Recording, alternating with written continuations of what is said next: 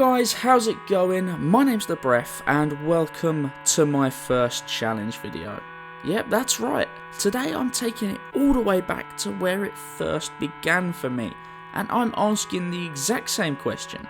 Can you beat Pokémon Emerald using only a Ponyta? For those of you that may have been following the channel for a while now, I'm sure you know that I've made no secret of the fact that I cannot stand my first ever video. And that is the precise reason that you join me today in this one, because I couldn't stand it before, so I figured let's do it again. Now I'm a little bit more comfortable with the setup. For anyone who's interested in the comparison between the latest and the first video, the link to that original video will be in the description below. Go and check it out if you'd like. I would strongly recommend sticking with this one because, let's be honest, the old Breph is not something anyone deserves or wants to hear. Before we begin, I've just got a couple of things to mention, and that is that by the time this video goes out, we will have just completed our very first monthly charity stream, and I couldn't be prouder. For anyone who may not have been there, this quarter's charity is the Maiden Factor, a charity with the mission of sailing the yacht, the Maiden, all around the world, fighting for the rights of girls to get the education that they rightfully deserve in areas where, let's be honest, they are incredibly let down. It blows my mind that even in 2020 there are parts in the world where the body you were born in means that you have limited to no access to education, a basic human right, and it's not on. Hence why I'm supporting this charity. There is a PayPal link in the description for anyone who would like to donate money to this cause. It will be live for the 3 months that we do these charity streams for this charity, and any money sent to that PayPal, which is not connected to any sort of bank account of mine, don't worry. The reason I've chosen to do that is because PayPal don't take a cut. YouTube donations through Super Chats, they take a 30% cut, and I'm not having that for my charity streams. So if you would like to donate money, please do use the PayPal link below, send the money there, and tune into a live stream. Tune into my charity streams next month if you can make it. Hopefully we will be able to raise just a little bit of money to go towards what I think we can all agree is a fantastic cause. But hey, if you're wondering how you can find out when I go live or post new content, hit that subscribe button and tap that notification bell, and you can get notified, as the name suggests, whenever I go live or post new content. But anyway, we have a challenge video to talk about. Why Ponyta? Well, mainly because it's average. It's kind of good. Its stats are on screen now. It's clearly built towards physical attack and speed, but even its worst stats aren't that bad. What is bad, however, is its level up moveset and TM pool. The best couple of TMs that it gains access to, in my opinion, Return and Flamethrower, and with the help of Zigzagoon slaves, it is entirely possible that we could end up with Flamethrower by possibly the 3rd gym, if not the 4th. But anyway, I don't need to keep this dragging on, so let's talk about the rules and then we can crack on with it. They are so simple. They make that one slow kid in class look like Stephen fucking Hawking. Ponyta only in battle, apart from all the double battles that are in the game. Held items are fine, but other than that, no items in those battles. And finally, TM usage is more than allowed. But with that all done, let's jump straight into it. The game begins and we pick the female character, giving ourselves the ever inventive name of Breph. With that done, we are tasked very simply with heading into our neighbour's room, and we give a cheeky little touch on his nice red ball, which is quite obviously startling for him, before being sent north to rescue his dad. Here we go in the bag and we get our starter Ponyta. We defeat the Zigzagoon and head back to the lab, giving it the nickname that we gave in the first video, Hot Ass. get it, because it's like a pony, a hot ass, but like donkeys. It's a funny joke, you'll get over it. To be honest, with hot ass in our possession, there's not really much that happens. We head north to fight Brendan, we defeat Mudkip because all it knows is tackle, and then there's not really anything that happens until we reach Rustborough. Now this is a notorious city for a fire type, because it's a rock type gym. Freddie Mercury once said the iconic line, we will rock you. And Roxanne said the exact same thing, but I'm sure she meant it in a completely different way, because we step foot in that gym and challenge her for the first time, and immediately get our hot ass handed to us on a silver platter. This gym, in a nutshell, was brutal. Unequivocally, impossibly difficult. I hated it. I hated it back then. I hated it at 7, 8, 9, however many months ago it was that I first did this, October 2019, you do the maths. I hated it today, and I'll hate it if I ever decide to use Ponyta against a rock type gym in the future. It is hell, and I regret all of my life decisions that have led me to this point. Thankfully, with this being the first gym, a grind now isn't so bad. I mean, don't get me wrong, it's fucking terrible, and yeah, it deserves that swear word. It is horrible.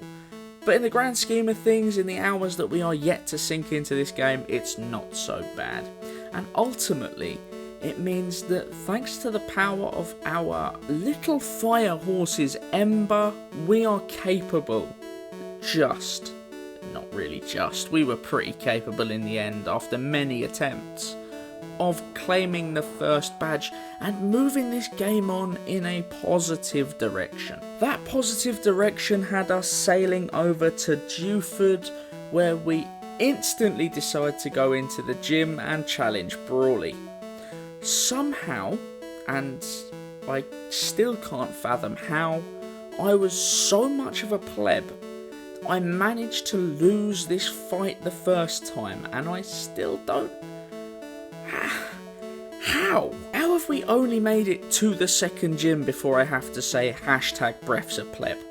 I don't get it, but somehow I managed to do it, and on the second time of asking, I correct myself, because defeating him was as simple as it should have been the first time round. But unfortunately, this game is in the hands of a total idiot. And before anyone questions my alcohol intake, I haven't slept in about 36 hours at this point. I've got so much to do before tomorrow's live stream that will have already happened by the time this video goes live, that sleep can wait till later on in the day. Also, that does mean that my alcohol intake has sat at 0 for this entire challenge recording. That's right, I did this entire thing sober, because I know I didn't do it sober the first time, and I can see why. But anyway, we head into the cave, we give the letter to Stephen, as we always do, and we make our way over to Slateport. Here we get to the museum, and we get ambushed by a couple of Team Aqua Grunts, who are just your typical plebs. And then we meet the leader, Archie. Now he does something that I have never noticed in these games up until this point. He calls us a simp. He calls #Breph simp confirmed? What is he doing calling us a simp in a game that came out in 2005? Way ahead of its time. Anyhow, when he's done calling the entire Brephish Empire a bunch of simps, and yes, that means you too, he slings his hook. Oh, Captain Hook reference, because, you know, pirate and that. Oh, I'm so clever. And the next mandatory fight before us is Brendan on the way to Moorville. And his team, the only real issue there is that Marsh Tomp, and obviously chose that for a reason, because we needed some flavour of challenge for the mid-game.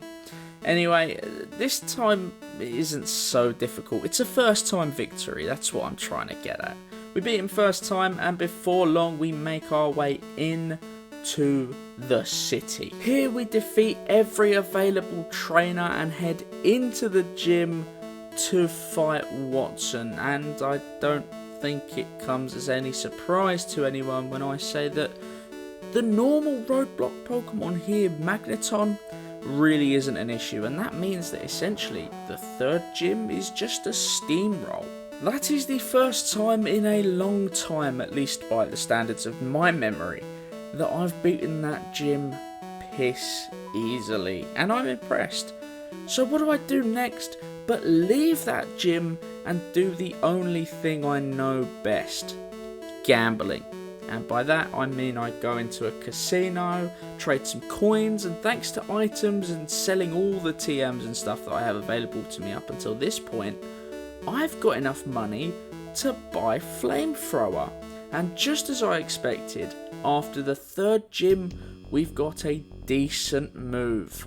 Thank goodness, because my god, are we gonna need it. So what do we do next but head up to Mount Chimney, where we get a lecture from Maxie, the head of Team Magma. He challenges us to a fight, and although my Tiana does have the ability Intimidate, he isn't quite enough of a threat to pose any sort of issue.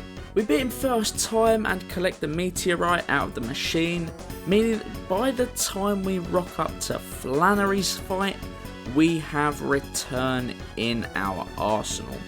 Now, this was a first time victory, believe it or not. Return at this point in the game is most likely max power, at least it behaves that way. And we one-shot her entire team except for her Torkoal, because that thing is...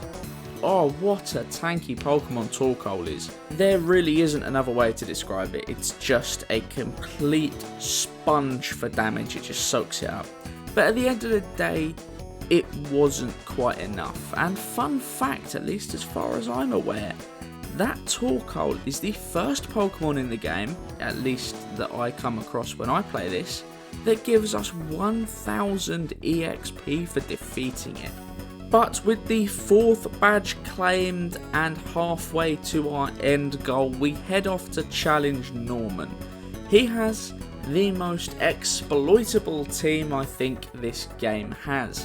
A series of somewhat weak Pokemon bar Vigoroth in Spinder and Linoon, who easily go down to the power of Return, although Vigoroth does as well. Slacking likes to go for the move Counter, and I use that previous knowledge to my advantage, setting up Tail Whips and just butchering it. That's about all there is to say about Norman, to be honest. We butcher his entire team and there's not much that can be done to stop me. Despite us now entering the late mid-game, we are essentially at a good point to talk about what's happened so far. So we picked up a Ponyta that proved to be a right pain in the arse, the hot arse should I say, at least for the first gym.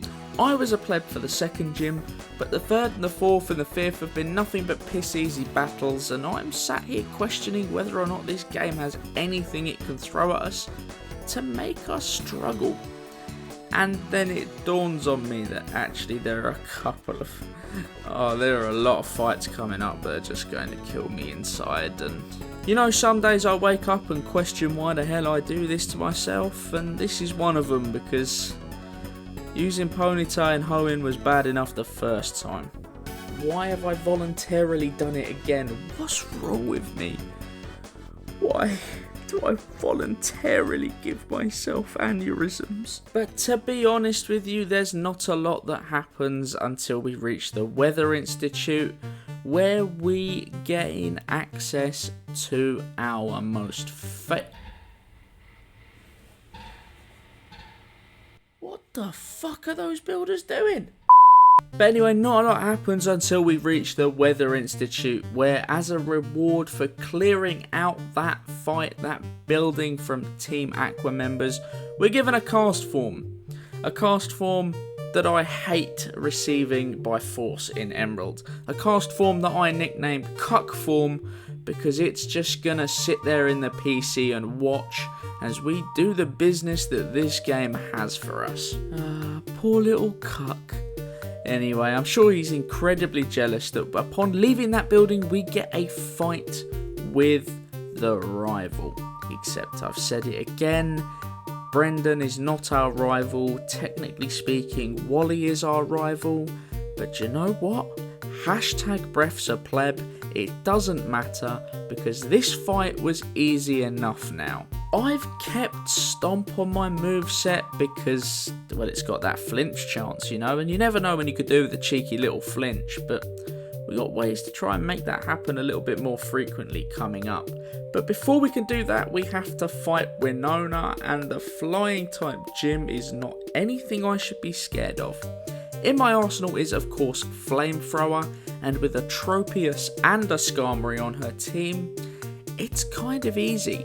Pelipper is the only one that really poses a threat, being part water type and all, but in the end it just turns out to be the typical? Yeah. Just casually forget how to speak the only language you know, Breph, why don't you? You fucking idiot. It turns out to be the typical Pelipper stall. That was way too difficult to say. But I'll be honest, that was the hardest thing. Getting that line out was the hardest thing about this entire battle because it was kinda straightforward. Ponyta is really decent in the mid game.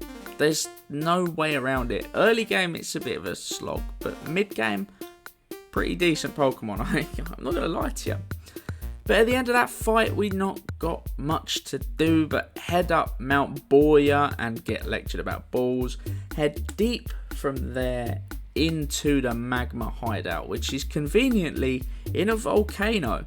Something tells me that Game Freak planned this intentionally, you know, Magma, a volcano. Oh, I just realised that by including that in the video, that technically makes me the slow kid in class that I mentioned in the rules. And that makes me Stephen Hawking. I'm a bloody genius. Said no one ever. But you want to talk about genius? Let's talk about Maxie, who thought it would be a top tier 200 IQ idea to release a sleeping super ancient being in Groudon. Can't see anything that might go wrong with that decision at all. In the wake of that event, he decides to challenge us to a fight, and his team has only gotten slightly more powerful in that he's upgraded to a Crobat. Random quiz time, and 10 points on offer for the person that guesses this correctly. Put your answer down in the comments. This fight was A, too easy, B, too easy, or C, too goddamn easy. Like I say, leave your answer in the comments below. I'd be curious to see what option you think I picked. But if anyone isn't gonna do that and wants to know how it was, just watch the footage because I don't think it needs any explanation. I really do wish Game Freak could put a little bit more thought into the Team Magma, Team Aqua bosses teams. They are carbon copies of each other, but you just change from a fire type to a water type. That's literally all it is. But hey ho, I best save those for the Pokemon Emerald review video that will at some point in time in the future, can't say when, be done. Dropping little hints though. Anyway, with the conclusion of that fight, we head to Slateport, where Captain Stern relinquishes his title to us by allowing a gang boss to steal a submarine and jump into it while it's underwater. Now, I might not be an expert in physics myself, but even I could tell you that it's probably not a great idea to open up a submarine while it's underwater. Anyway, we lean into the captain's ear and whisper to him, "I'm the captain now." And with that, we are tasked with rescuing what is now our submarine. First port of call is to head to the Lily Cove hideout, where deep in the bowels we pick up the Master Ball. A ball that has a 100% catch rate under any circumstances. There's not a single situation in this game where the Master Ball will fail. But with foreshadowing out of our way, that's pretty much all that happens, and we're tasked with heading off to Tate and Liza's gym, and oh my god, I forgot how much of a pain this was. Now, where do I begin with Tate and Liza? Well, I should probably start by mentioning that they're a double battle, and that instantly makes them 4 times as hard. Why 4? Because it's essentially a 4-on-1 fight. You may have noticed that the Pokemon I chose to accompany me is a Zigzagoon with what might be a very random name. However, I can assure you there is in fact a naming party thing going on, and you're just going to have to wait until later on to find out the exact message. Unless you've already seen it while I've been getting my HM slaves out. In that case, props to you for being observant. Anyway, the problems arise when Claydol breaks out its fucking overpowered Earthquake. A Pokemon with Levitate has the ability to use the move Earthquake. A Pokemon that doesn't touch the ground by nature of its ability can create an earthquake despite being in a closed system above the ground. Now again, I'm not a master at physics, but something tells me that may be a bit of a flaw in this game. All I know is that it meant that I was going on the grind, and I wish I was talking about a different form of grind. But I'm talking about the sluggish kind of grind that took me all the way up, to level 69. Say it with me, hot ass level 69.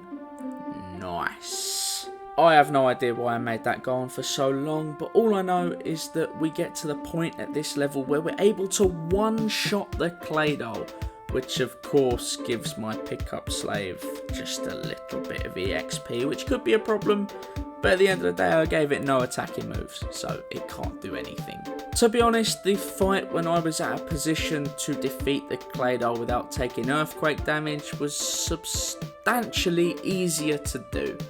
And with that, we've claimed 7 badges, and we head into the Space Center to do the fight with Steven.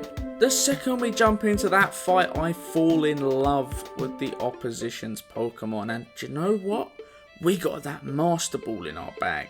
So what do? I give it a chuck, and Maxie, the complete and utter that he is, blocks the Master Ball because of course he can, and I am completely heartbroken. I'm so heartbroken to the point where I nearly reset the game to not do that so I could go and catch Rayquaza and then release it, but I wasn't feeling that evil. I didn't want to. That would break so many people's hearts in the comments. Listen, I'm a lot of things and not many of them are good, but I am not an evil person who likes to break hearts in videos. In fact, I keep getting reminded by a certain basement-owning, rake-wielding maniac who's not actually a maniac that I should start thinking about the family-friendly audience, and while that person who shall not be named does have a perfectly valid point, I just enjoy being a dick. A dick who wastes his Master Balls on... That didn't sound right at all, did it? A dick who wastes a Master Ball on an uncatchable Pokemon. But that was me, and with that fight finished, because it was kind of too easy to finish, we end up at the point in the game where we can go and discover Satopolis, head down to the seafloor cavern, and well, we can fight Archie, who has, like I mentioned, that clone team of Maxies, but with a Sharpedo instead of a Camerupt. It doesn't change the outcome, and at the end of that fight, he somehow manages to crack open his bright throbbing red ball all over the screen, which wakes up Kyogre, as I think it would wake any of us up if we were sleeping, and releases the beast into the wild. Now, of course, cataclysmic error there, because the rain, when it rains, it pours. Speaking of pours, I've got a bottle of Sambuca over there that's looking really appetizing. Anyway, we head into Satopolis, we go down into the Cave of Origin, we meet Wallace, who tells us where we know how to find Rayquaza, which still blows my mind even to this day. and we head up Sky Pillar. Here we piss off Bruce Banner's schlong to the point where it completely detaches from the earth and fucks off to save the world again. And because I'm technically remaking that video, we get the glorious task of watching my favourite cutscene from any Pokemon game. Sit back, relax, and enjoy watching the Hulk's cock do what the Hulk's cock does best.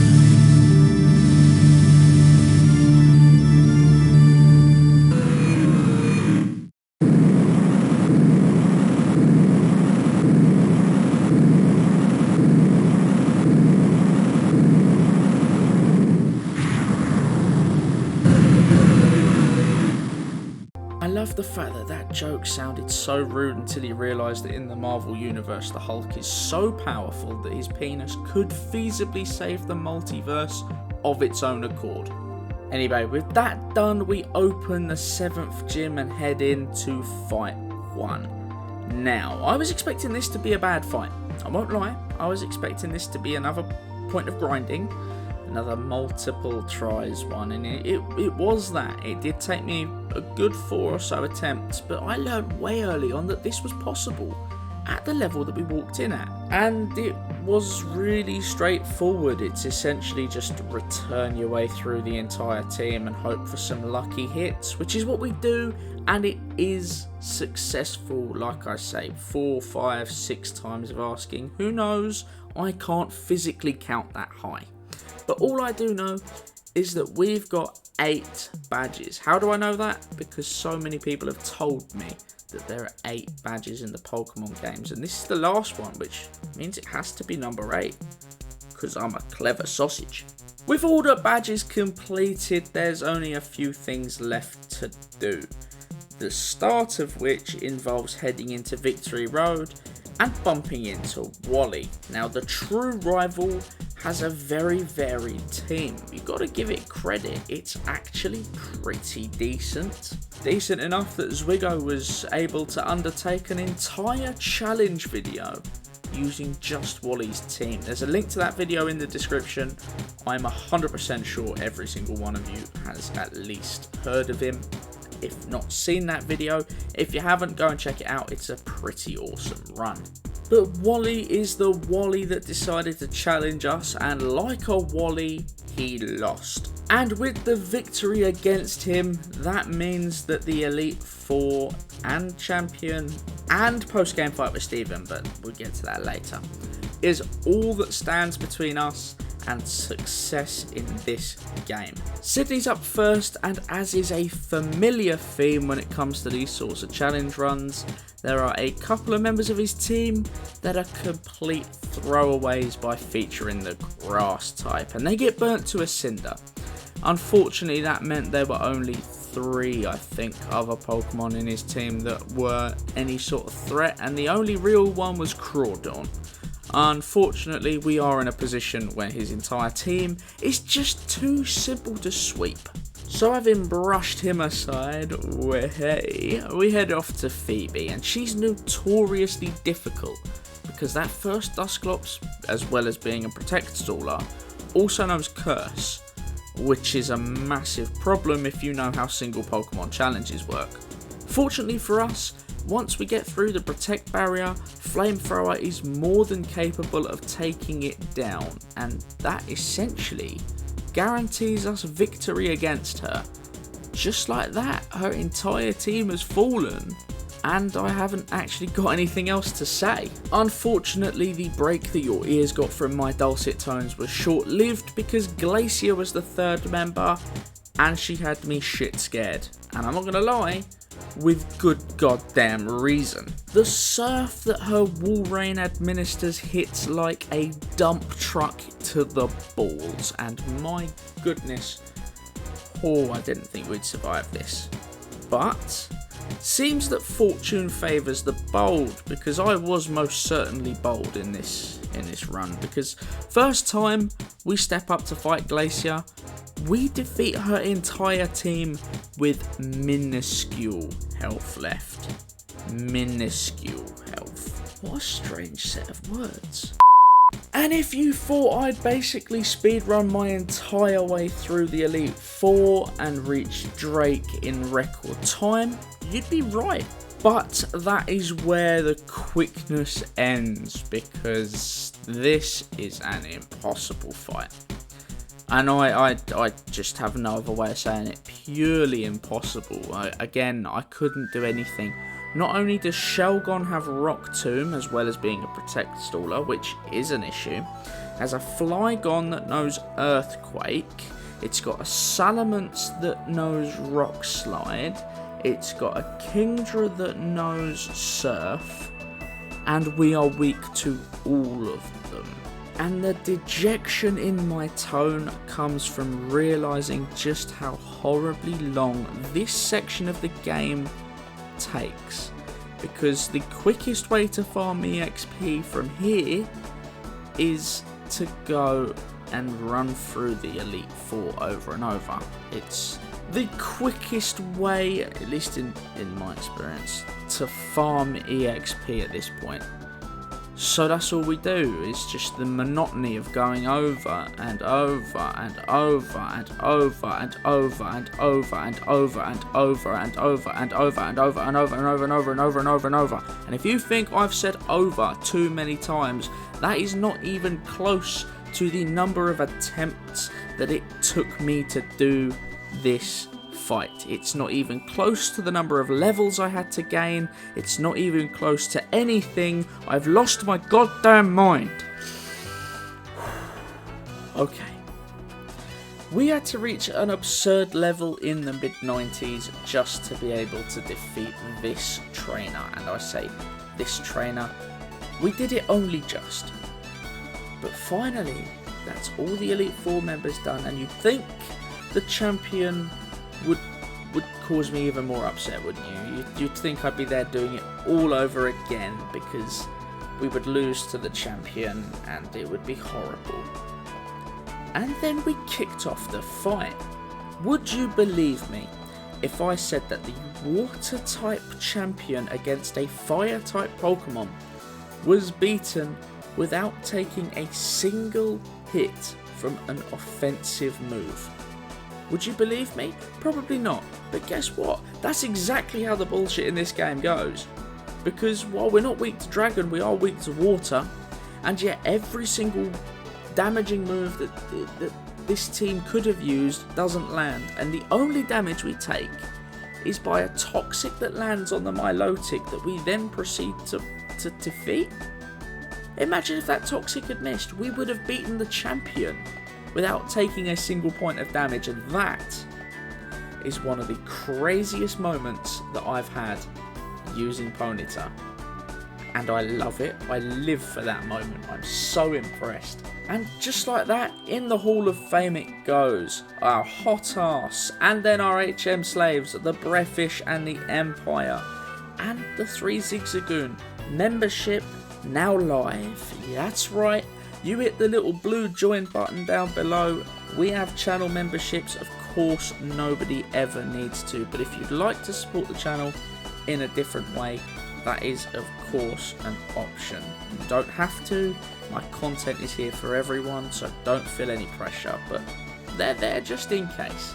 Of course, each of the tiers come with different perks. If you just want to check them out, see what I've offered you lot, then by all means click the button. You're not dragged into any sort of purchase by hitting the button join. You can see what you're looking at, but if you want to have a look, go and do it. The link is also in the description. And the game's not done, because we still have the post-game fight with Steven, and I'll be honest with you, we're so close now that I don't even bother trying it until we're level 99.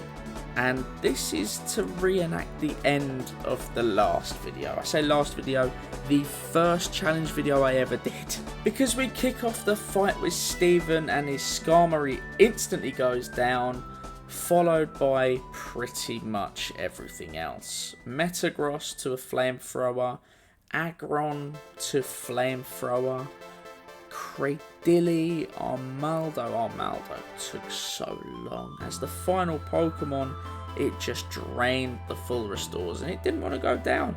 He did not want to go down, my man, but ultimately he does, and we beat Steven Stone using only a Ponyta. And I allow it to evolve, and yes, I absolutely did miss the trick last time, but I'm rectifying that now. Because after all we've been through, I allow our hot ass, our beautiful Ponyta who has seen the Hoenn region out, to evolve deservingly into a level 100 Rapidash. Oh yeah, I made the joke this time. At the start of this challenge, I asked a simple question. Can you beat Pokemon Emerald with only a Ponyta? And for the second and final time, the answer is yes. Am I surprised by this? Obviously not this time, having already done this challenge before, but thinking back to that first time I ever attempted a challenge video. In fact, that was the first time I ever tried a challenge run, and I recorded it and ended up putting it on YouTube, which just blows my mind. But yeah, I was surprised because its stats didn't look good. They weren't geared up to be brilliant, and it was fragile, and it performs fragile, and I wouldn't recommend playing through a Hoenn game with a Ponyta. A Rapidash, that would be a lot more fun, but a Ponyta, there's a reason it doesn't appear in this game. It's not suited to it at all. But you know what? Go for it if you feel like a challenge. If you want to do hard work, or you're on official hardware, you're on the Game Boy, you've got an action replay, a Game Shark, whatever you use, and you're going to hack in a Ponyta, just be prepared that without EXP cheats, with those sorts of things, you are going to be spending the rest of your life grinding this thing up. Because oh boy does it make you work for it. If it wasn't for speed up on emulators, I probably never would have tried this challenge. But thank you so much for watching and putting up with my tired, groggy, probably the least gripping I've been in at least 3 challenge videos. It's not been a good time. I mean, it's been a fantastic time, but in terms of having stuff on my plate to do, there's been an awful lot. But the charity live streams, setting those up, organising that's taken a lot of effort and energy, but it's worthwhile.